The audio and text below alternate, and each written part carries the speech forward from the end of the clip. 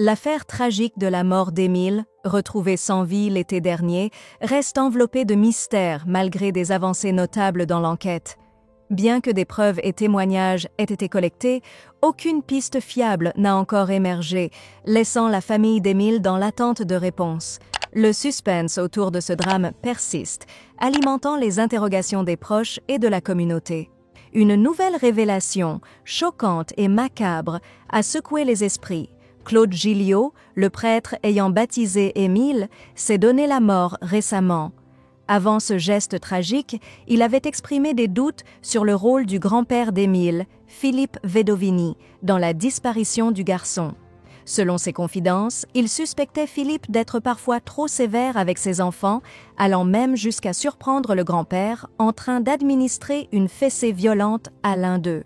Ces propos ont été rapportés par Arthur Herlin dans C'est l'Hebdo, suscitant une attention particulière sur les relations familiales. Une rivalité entre Claude Gilliot et Philippe Vedovini est également mise en lumière. Après avoir appris que le prêtre avait donné une photo à Paris Match, Philippe aurait réagi avec une colère intense, allant jusqu'à insulter le prêtre et l'évincer de la paroisse en septembre. Ces tensions ont conduit à une rupture notable entre les deux hommes. Des témoins proches du prêtre confirment qu'il avait envisagé la possibilité d'un drame familial, suggérant que la famille pourrait avoir caché un incident par fidélité à une loi du silence bien ancrée dans certains cercles.